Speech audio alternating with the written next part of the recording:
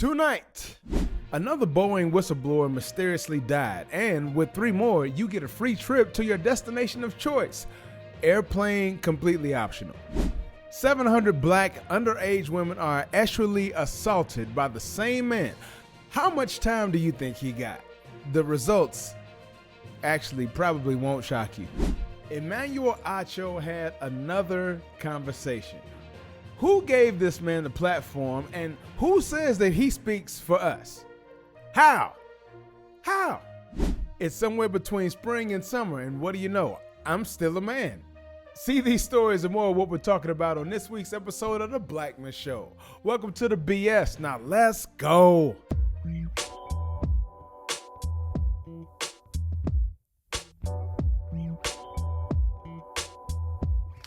So before we jump into today's news, I've got some updates for y'all. Just want to make sure I get everybody on board. We're shaking things up with a new experiment. Instead of my usual weekly dives into the news, I'm going to try to give you guys more of a daily dive into into one particular story at a time to kind of break things down. Now, why the change? Basically, I'm just trying to find out what works. I'm still trying to figure this out. I'm a little channel, so, just throwing things around, just trying to, throw things at the wall and see what sticks for real. So buckle up and join me on this journey as we navigate the news in a whole new way. But without further ado, let us continue. What is good? Man, ladies and gentlemen, I apologize for being gone for as long as I was, but now I am back. The voice is intact, and now we can get it on track. Let's go. Bars. So your boy is a Chicago Bears fan, and I was able to check out some pieces of the NFL draft. So I had to see what was going on with my Bears in the excitement and all of that, with all of the talking and shouting and yelling and screaming over the weekend. My voice was absolutely kaput. Matter of fact, now I'm talking right now. I thought it was intact, but actually it sounds like I still got a little. I need to work out, but we'll get it through as long as y'all are willing to bear with me, right? So the Bears got the number 1 pick. We got Caleb Williams. We got a quarterback. We got rid of Justin Fields. Rest in peace. Well, I don't say rest in peace. I don't say it like that. Sorry. Wish him well on whatever takes place with him in Pittsburgh. Once again, shout out to my frat conversations with Cliff, and I'm sure he's ecstatic with having 2 black quarterbacks. For me, I'll say I am cautiously optimistic. I will. We've got 2 perennial Pro Bowlers and at the receiver level. Like when was the last time the Bears ever had 2 Pro Bowl receivers and one of them wasn't a kick returner? And I'm talking about back when Johnny Knox was still our kick returner. So with that said, I want you guys to make sure you smash that like button as hard as you want to smash that chick that you thinking about, or that dude. I have you thinking. I don't judge, but smash that like button, hit the subscribe button, share this with your people, and let's go ahead and get into it. Let's go. So the word for the day is preclude. It's got to be the word for the day, which means like to make something impossible or to prevent something from happening, right? So that's the word for the day. Because as I was going through the stories, I was just like, you know what? It seems like that seems to be a recurring theme within all of these. It's just some level, I won't say all of them, but most of these. So I'm pretty sure there's some level of preclusion taking place in a lot of these stories. So I was just like, man, we gotta call the thing what it is and use the words as they're actually given to us, and not just make up words and say, well, I use the word that means shiny and beautiful.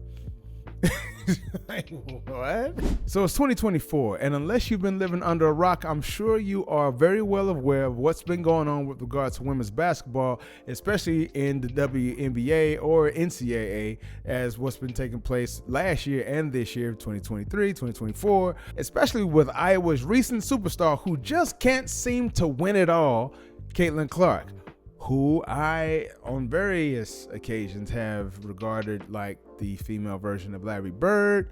But, people wanted to say, no, that's not it. She's not it because of reasons.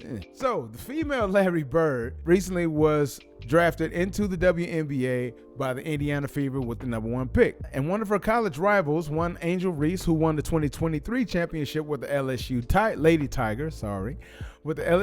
Tigers, was picked number 7. by the Chicago Sky. Now, what we're seeing between the two of them in their debuts coming into the WNBA, as they're being introduced into the world. And what do we see? So on one side, we see Caitlin Clark is being introduced. She has a whole press conference. She has the nice suit on, and she's got she's got reporters galore. She's got they sold tickets to this thing. They sold tickets to her debut for her to talk and just talk basketball and let people know, hey, I'm going to be playing for this team. Glad to be a part of the team. Sports football. I'm sorry, sports basketball. You know what I'm saying? So that's all she was going to, that's all any of them do, right? Okay, cool. So you know what it entails. Why is it that when Angel Reese was doing the exact same thing for the Chicago Sky, this was the rollout? Reese, she walked in alone in what looked like an empty high school gymnasium, as if the Chicago Sky wasn't even prepared for her introduction conference. There was minimal media, no fans, no exciting warm hugs from any front office staff. However, Reese has done exactly what Caitlin Clark has done for the WNBA so far. Both their jerseys have sold out and tickets have skyrocketed for both organizations before either player have put on a jersey. Both these women are breaking barriers for this sport, yet one is getting the proper recognition from their organization, but the other is looking like they're getting taken advantage of. I've seen female high school basketball players have more fanfare than what Angel Reese got as a professional making her debut. What is this? What are we doing? What are we even talking about? And why is this the point? Why is this continually being the theme that we're seeing with regard to and I won't even say with these two, because it doesn't even have to be Angel Reese and Caitlin Clark. It could be anybody and Caitlin Clark, and they are going to say Caitlin Clark's here, everybody else is down here. And I get it. She produced. She made the thing go. She couldn't get a whole team. She couldn't put the whole team on her back to win it all ever. You got to keep saying that because she didn't. But she's a great player. So I get it. So everybody has to make sure that she understands and knows that you're the one. You're everything. We believe that you're the. Okay, cool. But why is it that a league that's already clamoring for views, for eyes, for eyeballs, for watchers, for viewers, a league that needs people to watch it, that continually is running at a deficit, supplemented by the NBA, why is it that they aren't trying to promote these women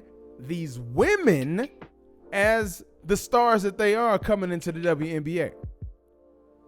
Why is that? Now I get it. You do have former stars who are currently in the WNBA who's like coming to the WNBA and they just the star just kind of dwindled down a little bit on some of them, and I can understand that. And a lot of them look like Angel Reese, but that doesn't mean you have to treat them all like Angel Reese. I'm reminded of when my mother, shout out to my brothers, right? I'm the youngest of my brothers, but one of my older brothers, he was in school, and we have an oldest brother. So the oldest brother, he went to school first, obviously. Then next brother comes in after that. So first brother was like, follow the teacher, do whatever the teacher says, and quiet, and I'm just gonna sit here and whatever you say, I'll do it. Okay, I'm just. And the second brother was like, hey, I'm gonna do what I want because I'm kind of feeling myself a little bit, and what I'm saying, I kind of got the story from my older brother, so I already know what this is, but whatever, I'm gonna act like I've been here before. So the teacher kind of came to my mom and was like, well, this young man doesn't seem to do the same as his older brother did, and my mother had to let the teacher know he ain't him. He is not. They may come from the same place, but this is not that. You dig? So you have to treat this differently from that. All that to say, why are we treating Angel Reese like we're treating everybody who's already in the WNBA? A lot of them women in the WNBA, and I hate to be like this, to sound like this, but we've already seen a story from Miss Wiggins, who's already talked about what the WNBA did to her for being a straight heterosexual woman in a league that has a huge cacophony of lesbian and homosexual women in it. So why would you look at Angel Reese and decide, hey, let me treat her the same way as we've treated all these other women, when you can see that she's not the same as you? Now, I won't lie, the beginning of her final season in the NCAA looked a little sketchy. I will say that. But I will also say that you cannot deny her star power. And to that end, this woman has a following that is more than what the WNBA has. So, okay, so we've already, we already have seen their debuts, right? Okay, their debuts. Then when it comes to their first games coming out, they had their first game this past Friday. Caitlin was placed and shown as like she was the new face of the WNBA. Had a pic. There's the picture. See, holding the ball, and she's the everything and everything. Caitlin, free. Come check it out. Free. But if you wanted to see Angel Reese in her debut playing for the Chicago Sky, well, you had to up some money to pay for that. You had to up some money to watch that. So that just little things like that. Now I get it. Sure, $3 ain't nothing. $3-4. That's not a whole lot to pay for a game to watch her play.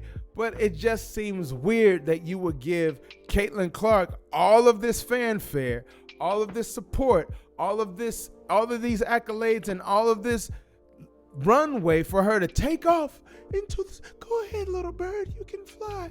But at the same time, for Angel Reese, you like, yeah, all right, look, we gonna put some bricks down and put this old building in front of her, and if she take off, cool, whatever. All right. Oh, she in the air, man. She still got in the air, cool, whatever.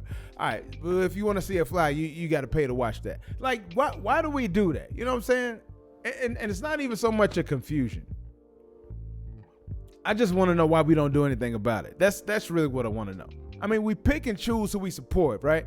And sometimes those winners aren't actually the ones who did so. Now, I won't get into making things any more racial than they already seem to be, but let's not act like when the barriers to entry aren't enormous, we tend to do pretty well. I mean, there isn't a whole Negro leagues of baseball that only now is getting recognized or getting recognition from people who couldn't care less about those people that they kept out of the record books for so long. You know what I'm saying? So we get somebody like a Randy Johnson, right? Great as he is, known for being very tall, winning a World Series, and that one time that he threw a ball so fast that he made a bird explode. But at the same time, we don't talk about Satchel Paige, a pitcher who debuted with the Cleveland Indians at the age of 42 and still helped the team win a World Series. I mean, even Joe DiMaggio said that he was the fastest and best player that he ever played against in his 40s. In the 40s.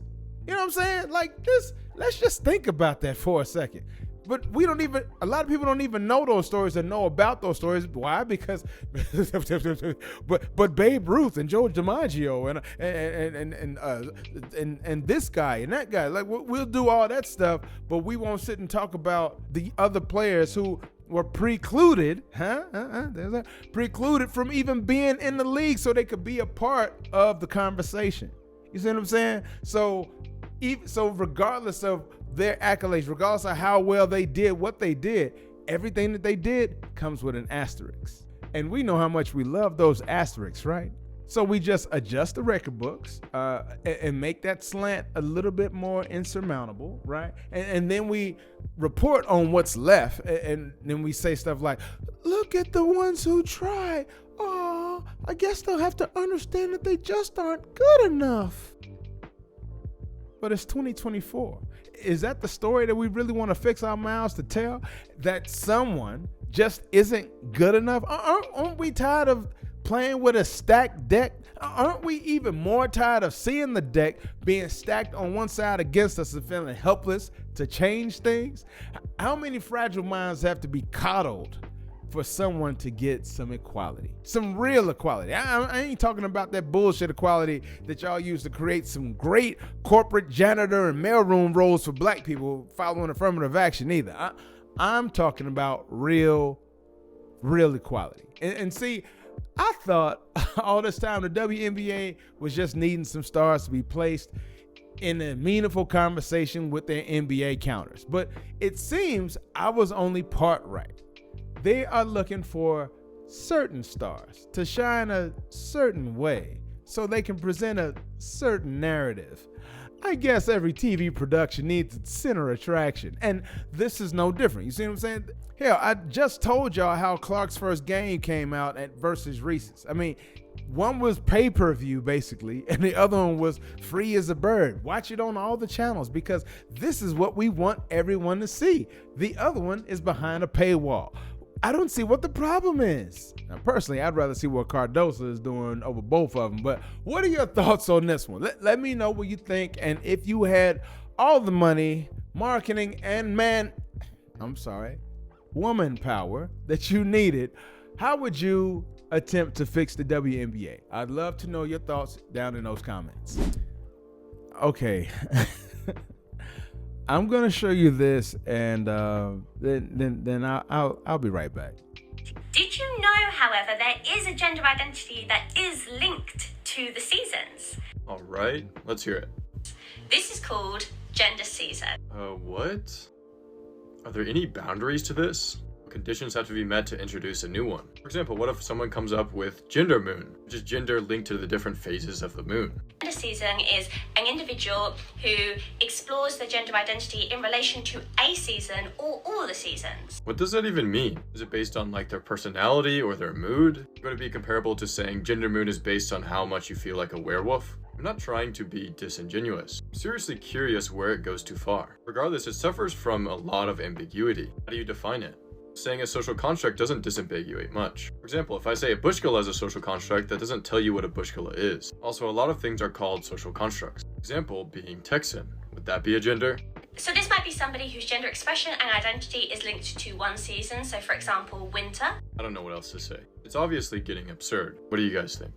So apparently the Youngs haven't found a better TikTok dance to do, so instead they wanted to start experimenting with their genders again. So we have this thing called gender seasons, apparently. So, which is I hope I'm saying this right. I don't want to get this wrong, D. But yeah, as D said, this is when your gender may vary slightly based on the seasons because seasons change and vaginas become penis. I don't know. I really want stuff like this. I want to give stuff like this. I tend to take seriously. I say 10, but I want to take seriously. I can't say that I do. I just don't.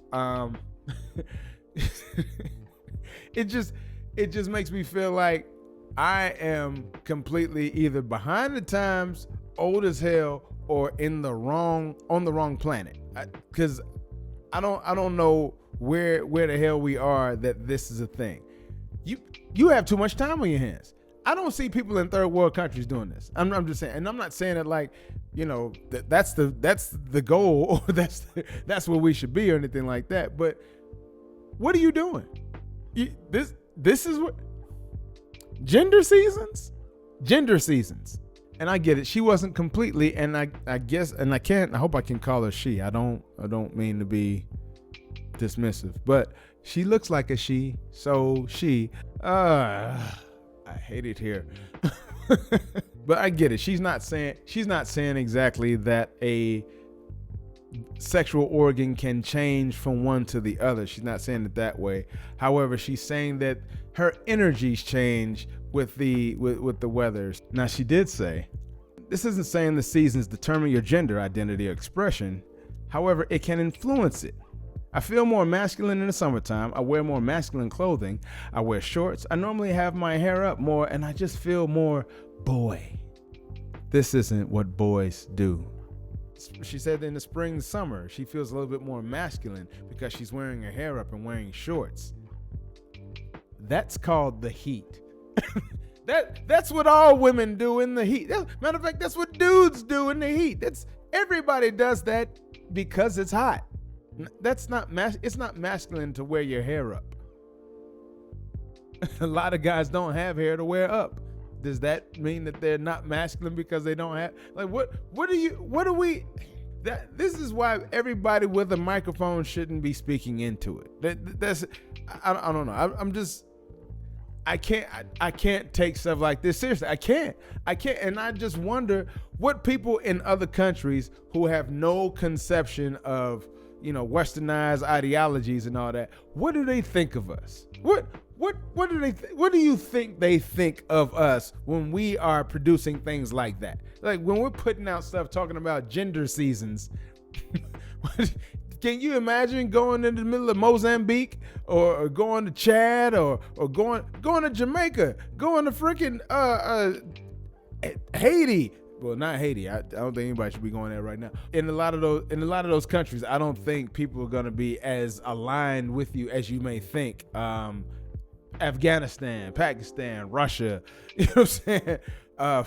Finland, Norway. I don't know. Where are they? Well, maybe Norway. Maybe Norway. But I'm just saying, like, in general, gender seasons? Gender seasons. I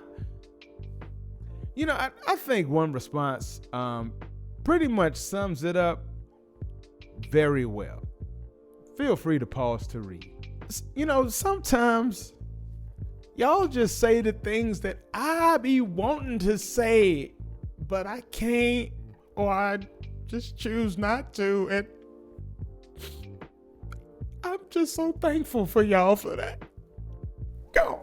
And that's something I always wondered about this stuff. That's something I always wondered when it comes to people doing the gender thing, and I'm not this, I'm that, and I'm 12 different genders or whatever. When people are doing, how can you feel that you're a gender when you've never been that? How can you feel you're the other gender when all you've been is the one that you are?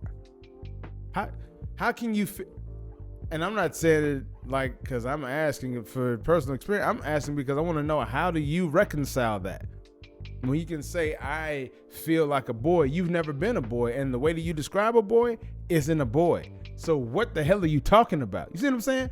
We have to say things as they actually are. Use the words that are already given because, hey, they have already been given. What are you trying to say? Like, are you just screaming for attention? Is that all this is? Because baby, you got it. You got. If the pink hair wasn't enough, if the nose ring wasn't enough, now you get to say all the dumb stuff you want to into your phone, and then people can give you all these views and attention for saying the dumb thing. Hey, look, now you got that. Maybe some people will come to your place and say, hey, we would like you to put on this white coat and hug yourself real tight. But hey, you do you, boo-boo. Enjoy. So if you're a follower of the Blackman Show up to this point, and you know that we've been talking a little bit here and there about what's been going on with regard to Boeing and their whistleblower who passed away. Now you can check the story right here, but the TLDR is that John Barnett of South Carolina, quality assurance director for Boeing, had been with the company for 20 some odd years. And Barnett reported to the FAA that on several occasions and in several instances, Boeing personnel were cutting corners in the fabrication and the creation of airplanes and jetliners that were supposed to be going around the United States as well as the rest of the world. Now, Barnett was mainly talking about Boeing 787 series of airliners. He was actually in the midst of giving depositions when he decided to unalive himself with a shotgun. Because of reasons. So that took place in March. Now enter Joshua Dean, a 45-year-old Wichita man from Kansas, who also worked for Boeing, who also was a whistleblower, who also worked in quality, and he also had the same thing happen to himself. Well, not exactly the same thing happened to himself, but he was unalived as well. Now, Josh was a former quality auditor for Spirit Aerosystems, which was a supplier for Boeing. And he was also one of the first whistleblowers to come forward. So he was talking about the issues going on with the 737 MAX before he ended up passing from an unknown illness. Well, it was unknown at the time. So Josh was in good health, or known to be in good health according to his family, and then suddenly 2 weeks after catching whatever he caught, he was no more. And isn't it nice to know that Boeing came out and made a statement from one of their personnel, Mr. Joe Pacino, who said, "Our thoughts are with Josh Dean's family. This sudden loss is stunning news here and for his loved ones. Tragedy." Okay, he didn't say that part. And he probably said that while he was holding a bat and putting the smelling salts in his pocket. I don't know. It just kind of, it seems like when I'm sitting there reading this, it's just a thing that conjured in my mind I was reading. I'll just go on. I'm sorry. But yeah, Josh had reported about gross misconduct and defects galore that were taking place with regard to the 737 that he reported to Boeing that no one did anything about. Now, regardless of his back and forth, hiring, not hiring, sometimes you're working, sometimes you're laid off. It happens a lot in manufacturing industries. So that part is not that big of a story to me. Now, I'll say one thing that was interesting in what he found was that as early as 2022, he found major defects taking place with regards to the mechanics were improperly drilling holes into the aft pressure bulkhead of the MAX. Now, if you are unaware, just like I was, and probably still kind of am, about what the about what the aft pressure bulkhead is on a plane, you can look at the description, but basically what I got from it is that it helps to keep the plane from bursting as it's cruising at a cruising height. It keeps the plane from exploding. And you're drilling holes into that? And this is the guy who passed. I'm sorry, I was about to say something else, but this is the guy who passed, who brought this up. See, because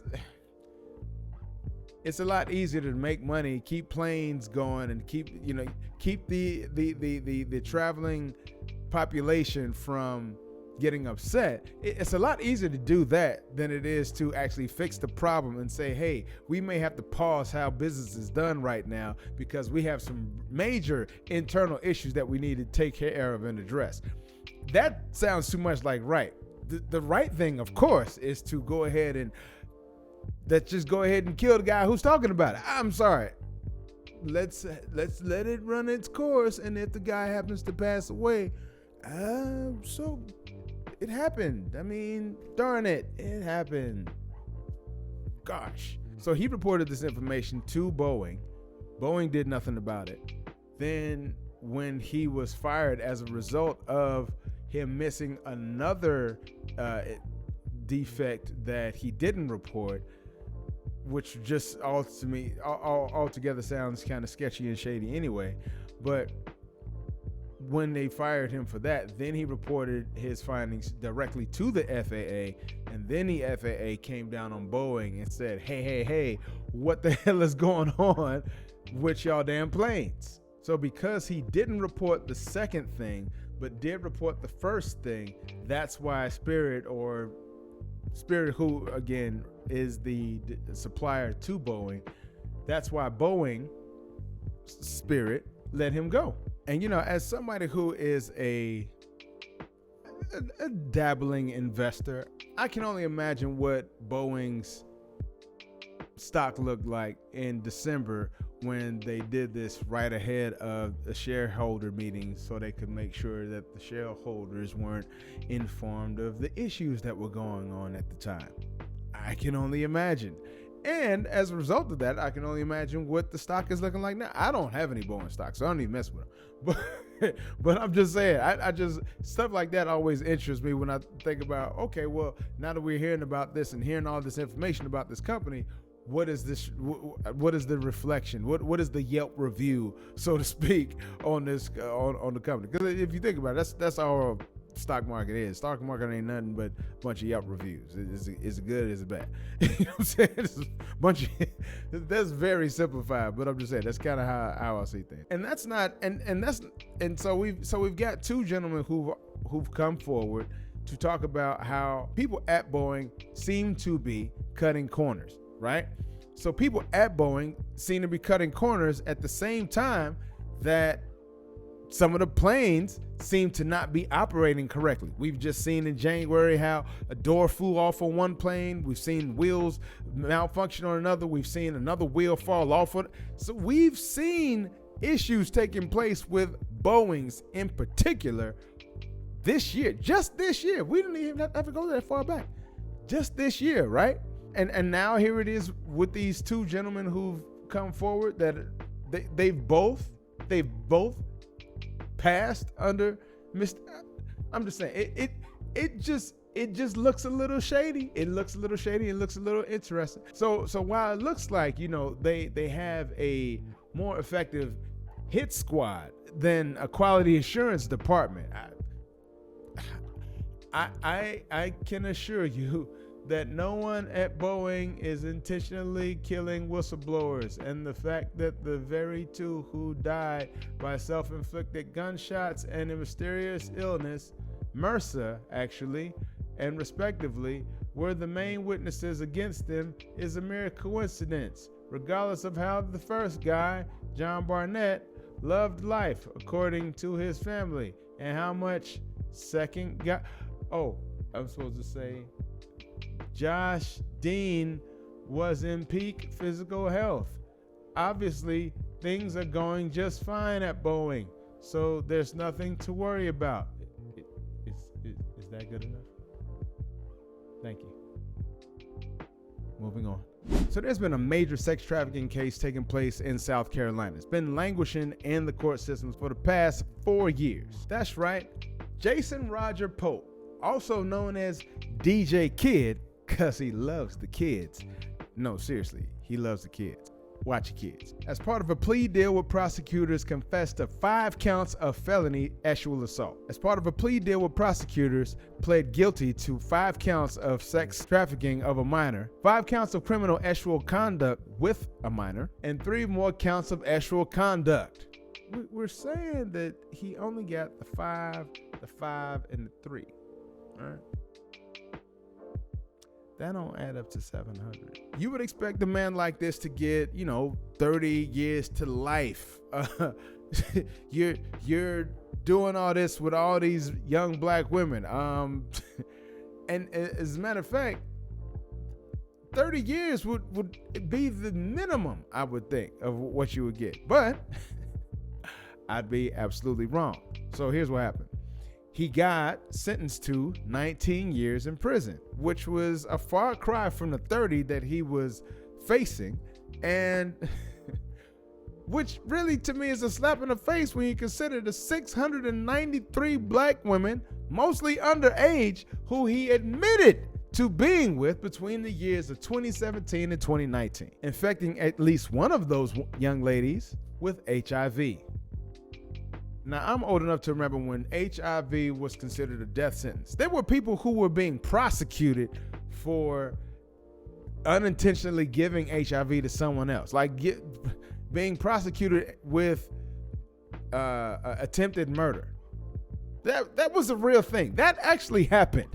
We had women, a woman who in Chicago who was going on from school to school talking about how she's gonna die. I won't be here in the next couple of years. Thankfully, she's still alive.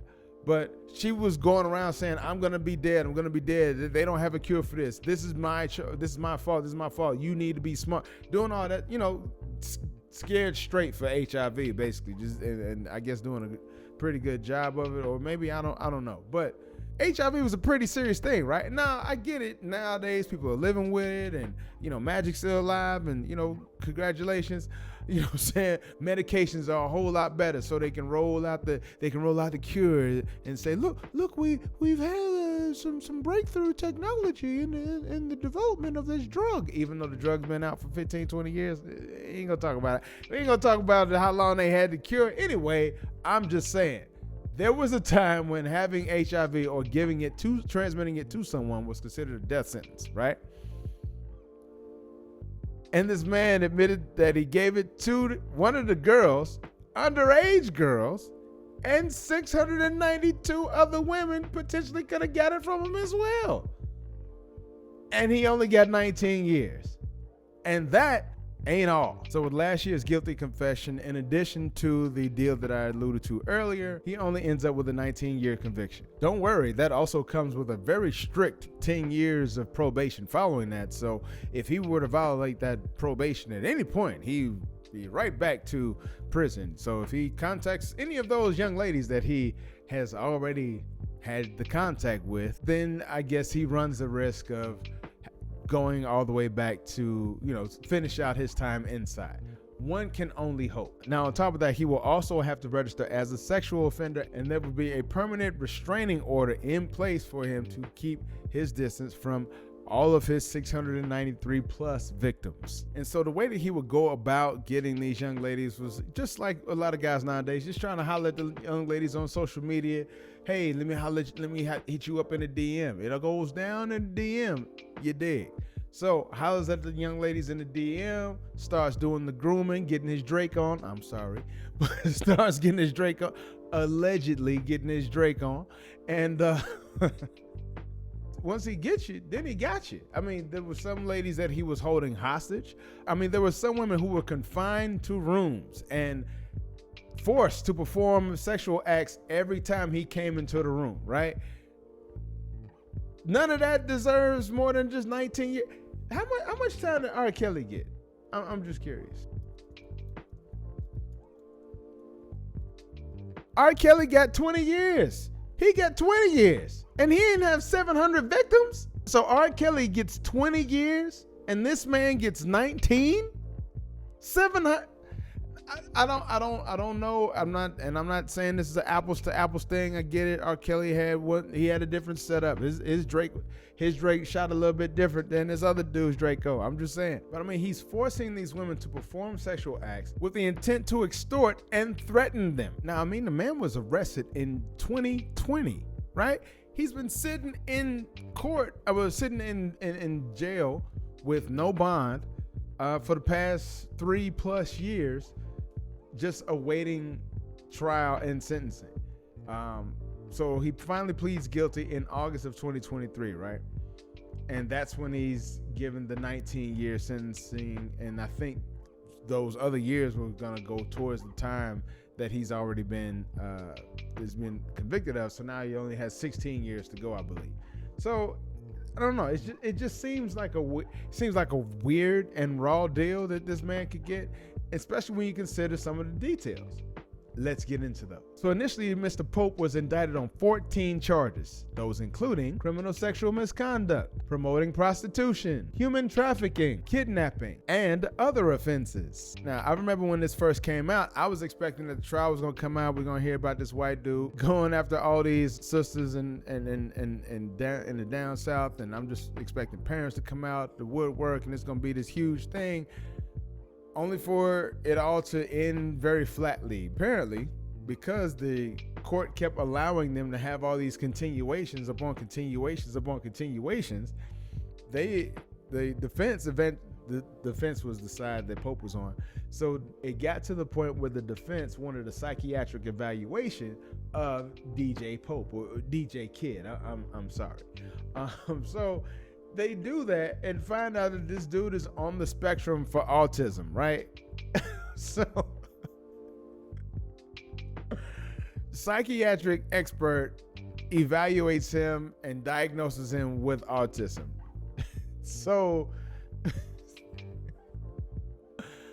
his lawyers have no choice but to try to aim for a mistrial because, well, he can't. He's too incompetent to stand trial. You see, Your Honor, he's competent enough to snatch it from these 700 women, but not competent enough to stand trial because he didn't know what he was doing. He's a kid in a grown man's body. He don't know what he's doing, y'all. Do these excuses work when the person doesn't have? when the person has melanin? I'm just curious because I don't see these excuses working for melanated people because it's amazing to me how well people are able to see, you see, when a person has melanin and they use some of these same excuses because that's what these are. These are absolutely excuses. So it's just funny. It's funny to me. It's really funny how he's able to do that. I digress. So you got a defense saying that he is incompetent, and even some of them are saying crazy shit like he should be set free. But then, thankfully, the prosecution also had their own psychiatric evaluation done, and they were like, no, this dude is competent enough, and he can stand trial. What the hell are you talking about? But before the trial was even set to begin, he pleads guilty. No trial.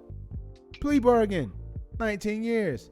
Sorry, guys. And so with this 19 years that he gets, I'm just curious, what about the victims? Seriously, what about the victims? What does it take for black women to be taken seriously? I'm asking that for myself as well as for mankind, the judiciary system that we have. Like, where are black women to be taken seriously, if not even in the legal sense? You see what I'm saying? Like, what do we need to do to get 700 black girls the same kind of justice that one Carolyn Bryant Donham got? And if you know who that is, you know what the hell I'm talking about. I mean, hell, she admitted that she lied, and still nobody came for her or any of the men who are responsible for Emmett Till's death. I'm just saying. So what does it take for black women to get that sort of treatment or that sort of response for what takes place to them? Now I get it. Everybody lies. People can lie. Women lie. Men lie. You know, whatever. People can lie, so you don't want to be just running off on a plug and be like, oh man, boy cried wolf, or girl cried wolf in this case. Oh man, no, and I'm running off on a plug and I'm looking stupid. Sure, I get that. But I just wonder why the honor of some is protected more than others.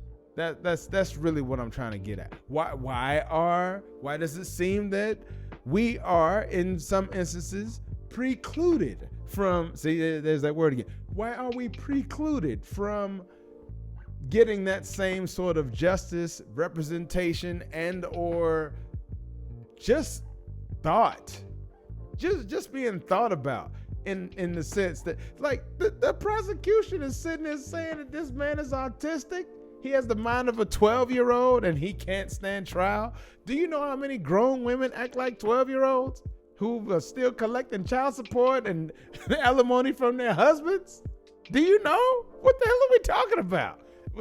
If that's the case, then everybody's autistic. Good man. Anyway, I would just say, so please let me know your thoughts on this one down in those comments, because I seriously cannot. So next up, we've got a York, Pennsylvania police officer who's just a fucking asshole. I'm sorry, he just is. So if you don't know what I'm talking about Stephen Kyle Cugini, 28-year-old officer who allegedly assaulted his own, reports are still sketchy about what the relation was, but it seemed like it was either his own child or his girlfriend's child. But the story is that police received reports of a young child, a 13-month-old, who had severe bruising and injuries all over her body. When that investigation was underway, they went to the Cuginis or Cugini, whatever. They went to dude and his wife, and dude was like, hey, that was severe diaper rash, and the dog did it. The dog did it. And as a matter of fact, even the wife or the girl, whatever she was to him, I don't care at this point, but she even admitted as well, yeah, that was from the dog. She said the same thing until they brought him into the police department for questioning separately. And then the wife finally broke and said, yeah, she saw him lock himself into the bathroom with the 13-month-old baby, and all she heard was a lot of severe crying, severe screaming and crying from a 13-month-old. What could be happening with a 13-month-old in the bathroom with a grown-ass man who's locked in the bathroom with her? Oh God, I hope not the unthinkable. Well, that's exactly what the hell was taking place. And so, as investigations go, it concluded, and the cop, Kugini, he finally copped to what he actually did, and he was suspended. He owned up to what he did, and he was suspended. Now, since then, he has been fired, and for good reason. But he was suspended. After he admitted to what he did, he was suspended? Suspended. I don't know. Stuff like that, it doesn't weigh well with me. It makes me feel some kind of way. Now, I like the fact that the commissioner from New York Police Department came forward and basically said, yeah, we had to let him go. I'm wondering, just like how you guys are wondering, how somebody like this can fall through the cracks to get into our department and get into our areas. And so they're going to be taking some looks and taking some steps. Who knows what those steps, we never know what the steps are. We never know, but they just say, we've taken steps, all these ambiguous terms, but they're going to take steps to reevaluate their hiring process so that things like this are harder to take place or whatever the heck. There hasn't been much more information that's come out since this story. Or with regard to this story, I should say. The fact that he thought that he could get away with it by blaming it on the dog, though. Do cops not know how that other people... You can't be bad at being a cop and be bad at the lies you're gonna tell as a result of not being a good cop. You gotta pick a struggle. That's all I'm saying. You gotta pick one. And I hope that the struggle he faces when he gets in, is the struggle of a lifetime. And that brings me to the latest that's been going on with the rap battle beef. What do we call it? I've heard it explained very succinctly, and I think I like the definition. Someone said, and I can't remember who said it, but someone was saying that it's a rap battle. It was Preach. It was Preach from I've Been Preach. And he said that it's a rap battle because if it was beef, then it could turn into some other stuff.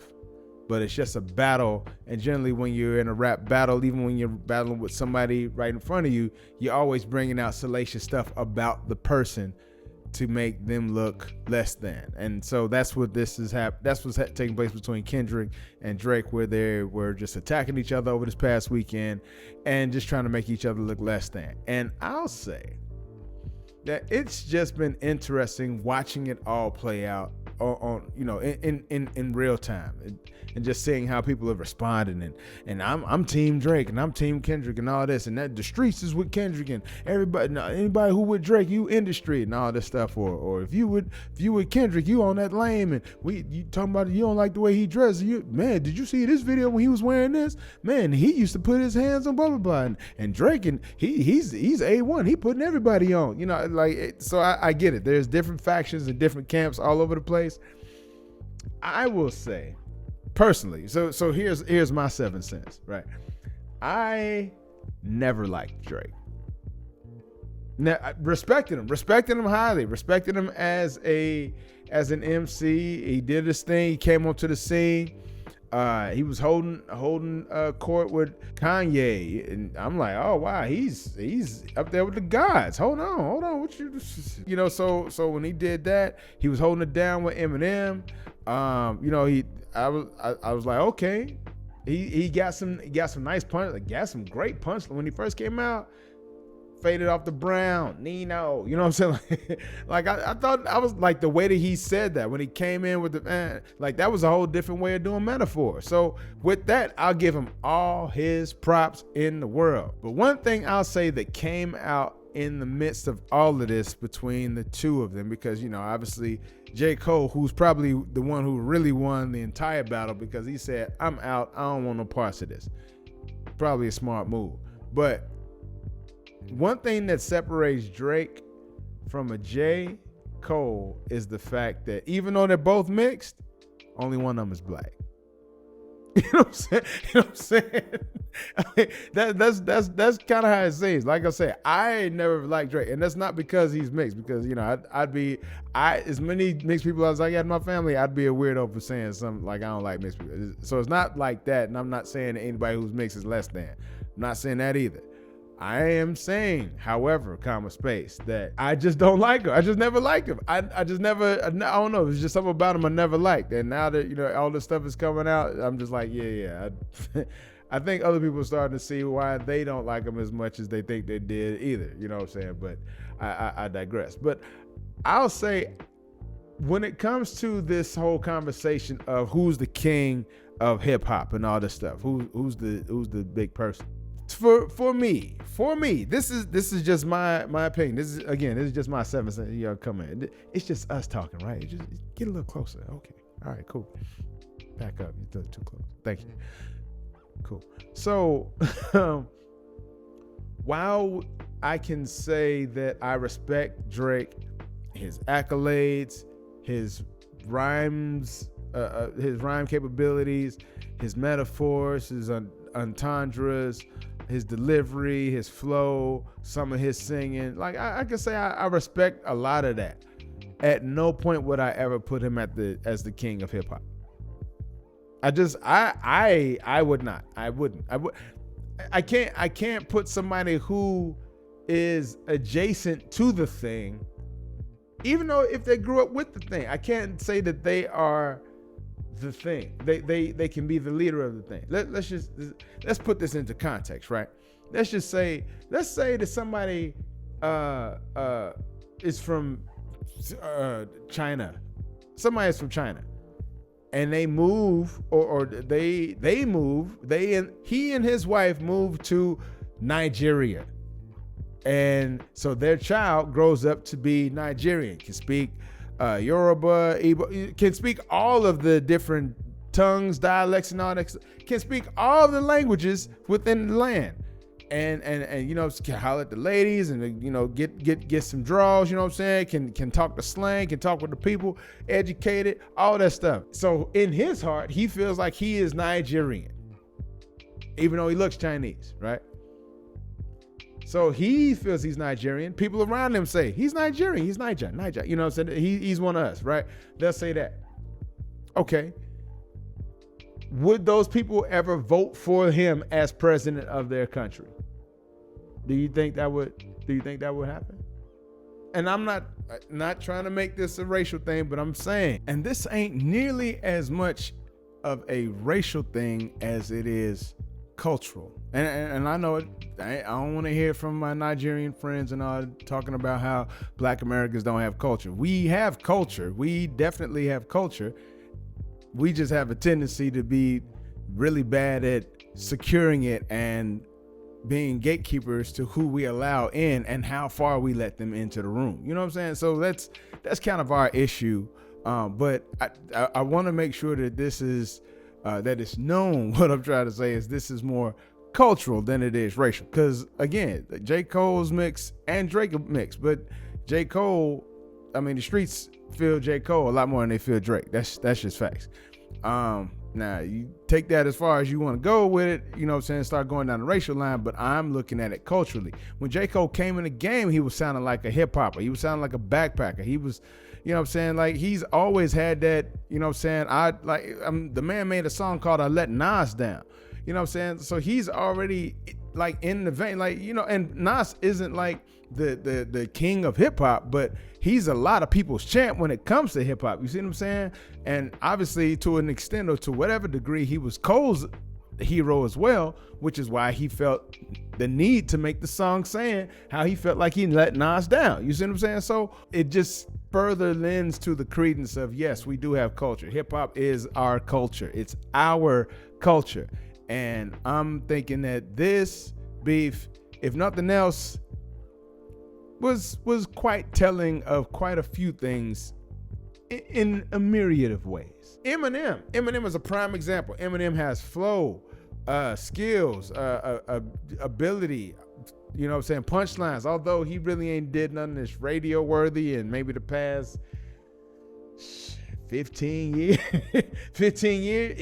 if that. You know what I'm saying? But lyrically, you can't really deny him. I think like in his latter years, he's been more of a, getting his book of world records type of rapper more than, a content and putting out actual, flows and, stuff people want to look at and examine type of rapper. He's a rapper for white people nowadays. And that's fine. It's cool. Black people don't really mess with Eminem like that. And that's fine. I guess he goes for the bigger audience. Whatever.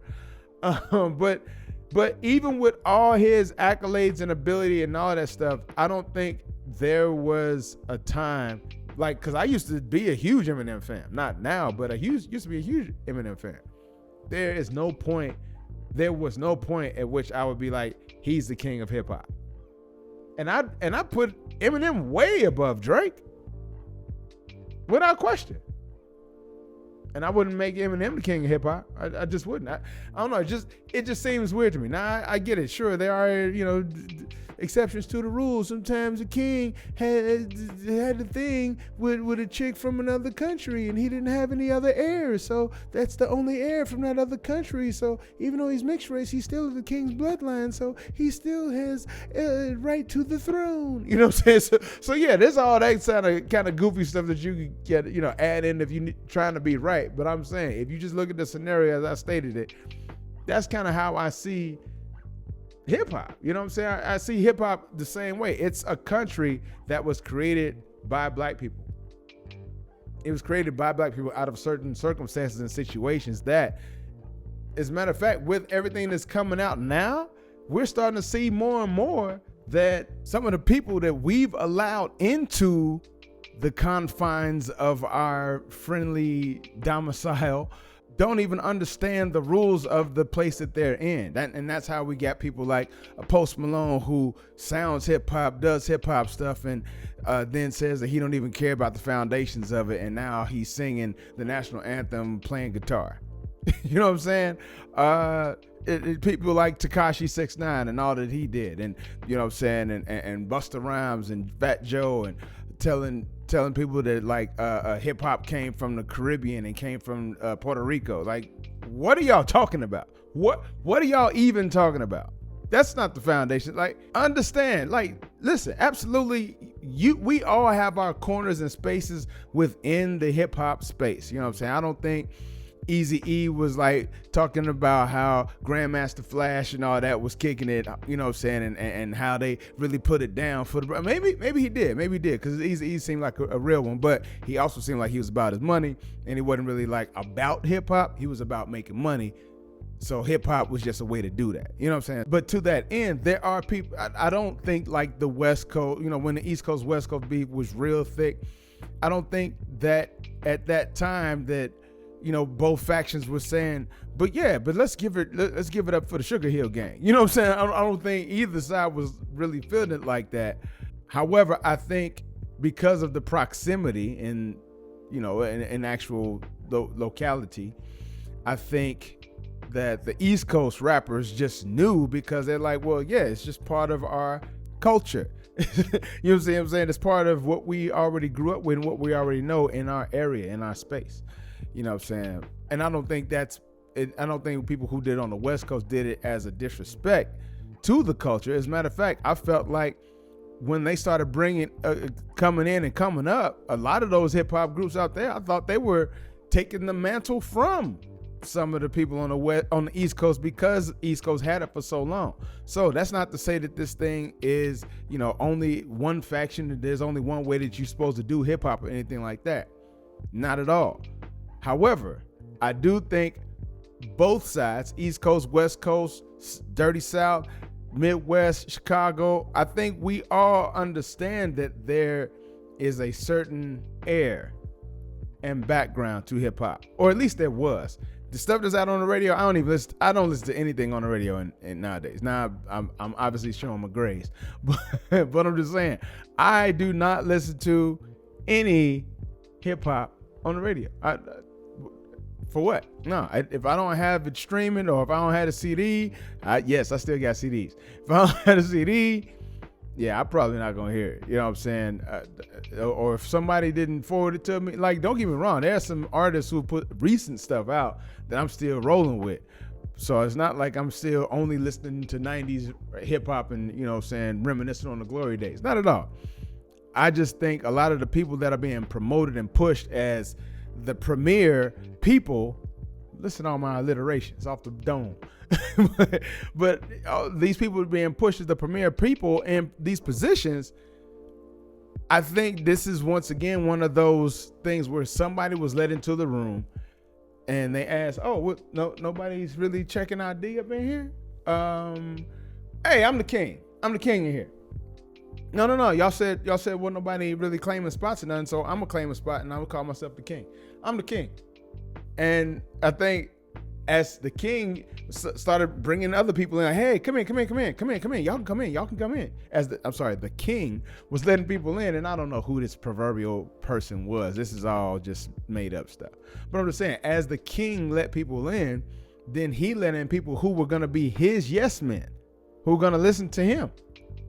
Whereas we, in the room already, we were like, well, we were just letting in you because we thought you had good flow and you respected the culture and you know what you was coming into.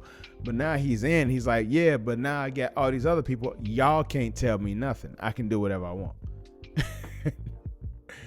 And, well, Drake, what do you have to say for yourself? I would play some of his music. Or I would play some of either side's music, but I ain't trying to get no copyright strike. I just started this channel here. I don't want no problems like that. Go on somewhere. But we can go over some of the themes that were covered in some of the songs that did come out.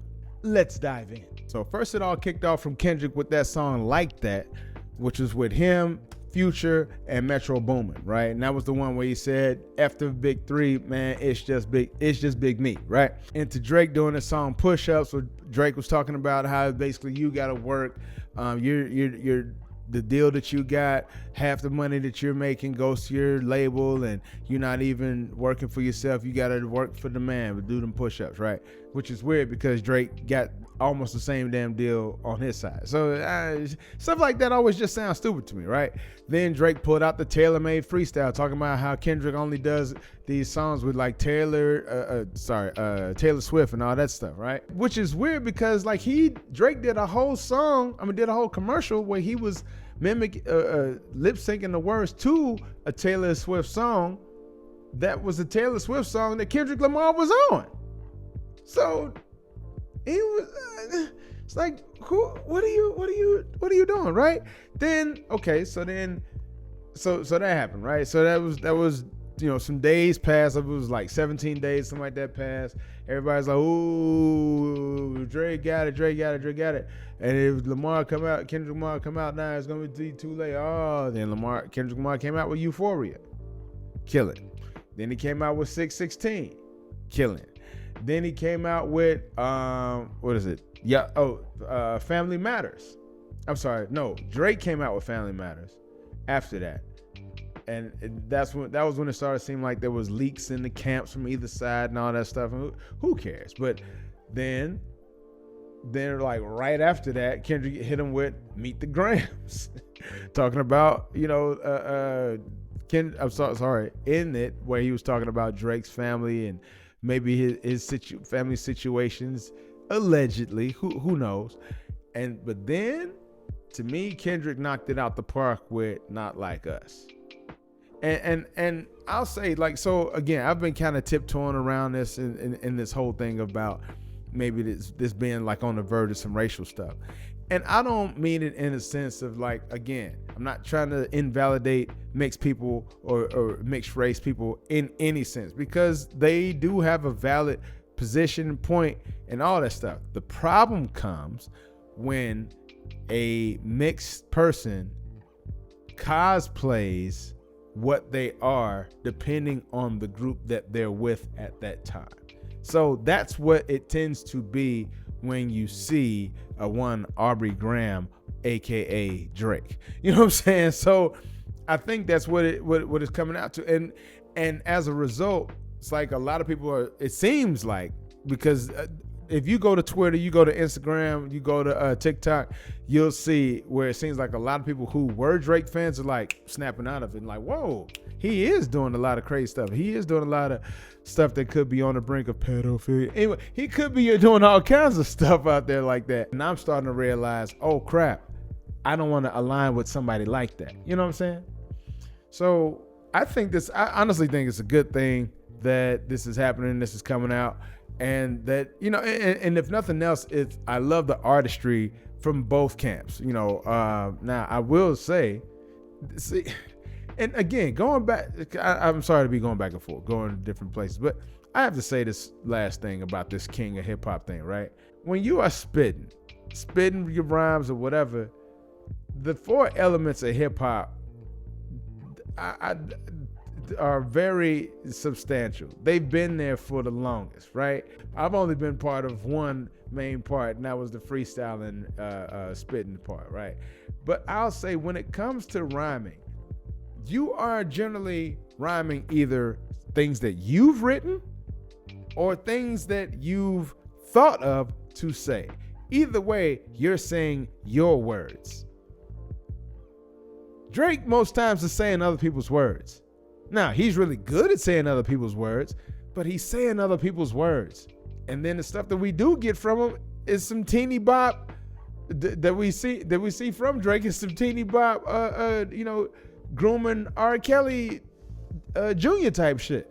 You know what I'm saying? So I'm just not sure, like, what part of that is supposed to be hip hop. What part of that is the king of hip hop? What part of being the king of hip hop is battling against AI or battling against like he did when he freaking brought Tupac into his song? Like, Nick, sorry, brother, what are you doing?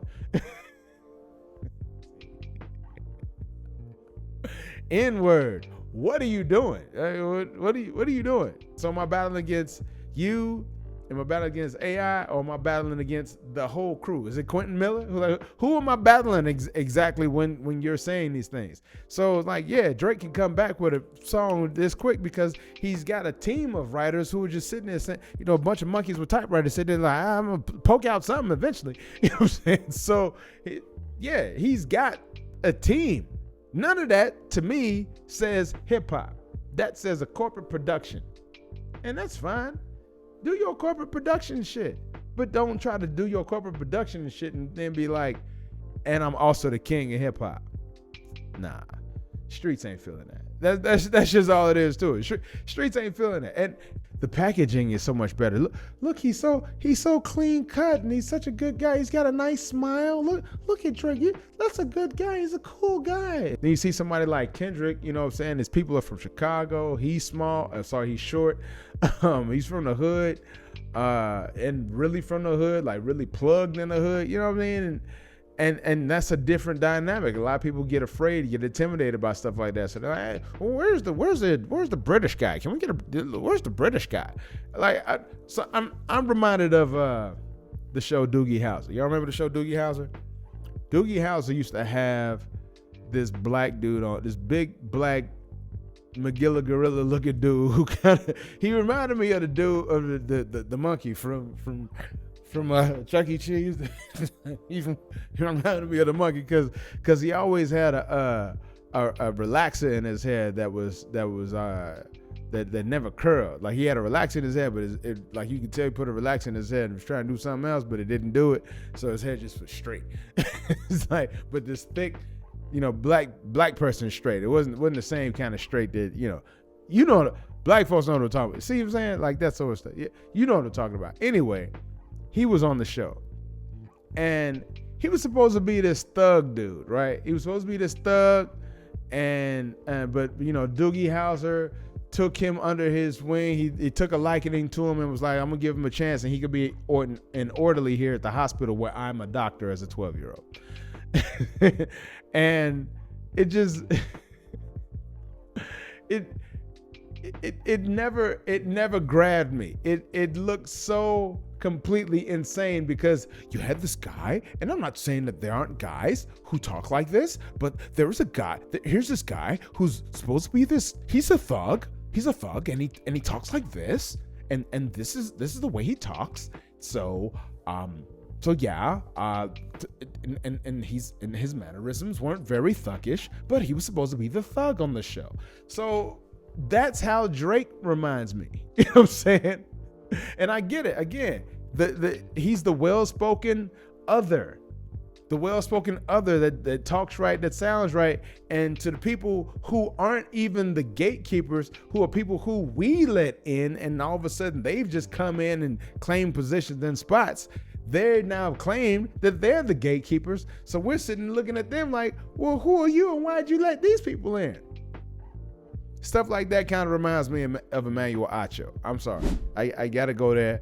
Got to quit real brief, but I just feel like I got to go here. So there's this former NFL linebacker who played for the University of Texas. I think he was only in the league in the NFL for like 5-6 years. So it wasn't like super dope. He wasn't great. He was all right. And again, 5-6 years, but he played linebacker, and then he became a sports analyst.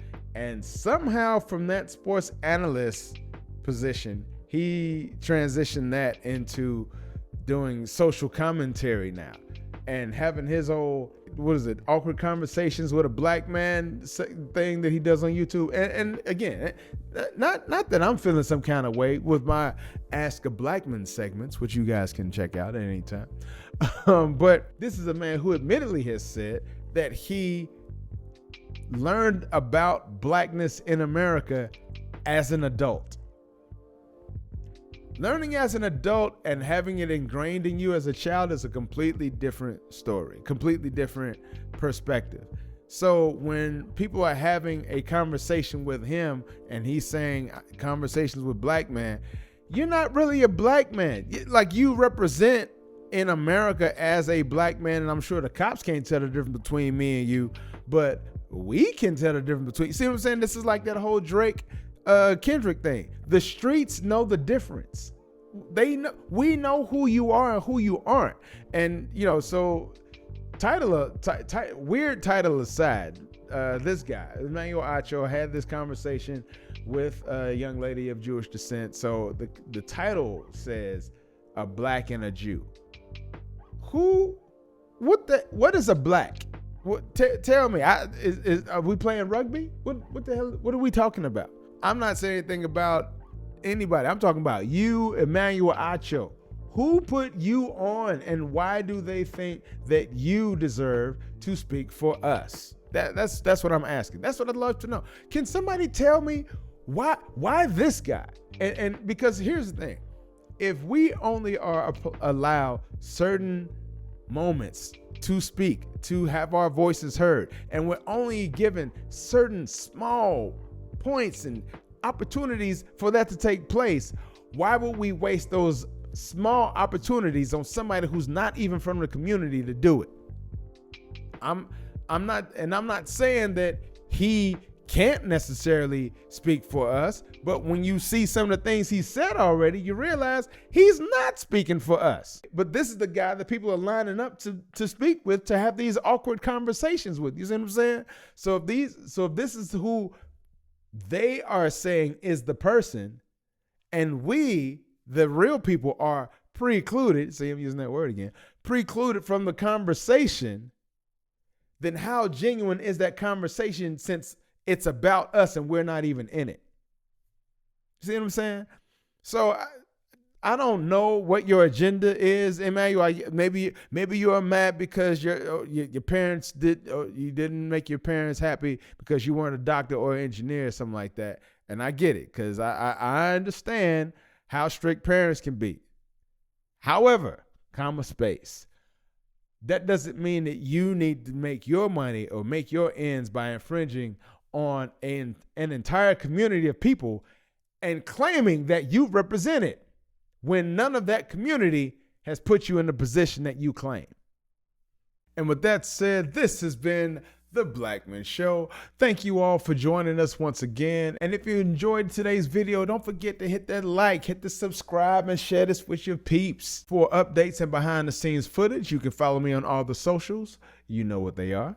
And if you want to support the channel, please feel free to check out our merch store.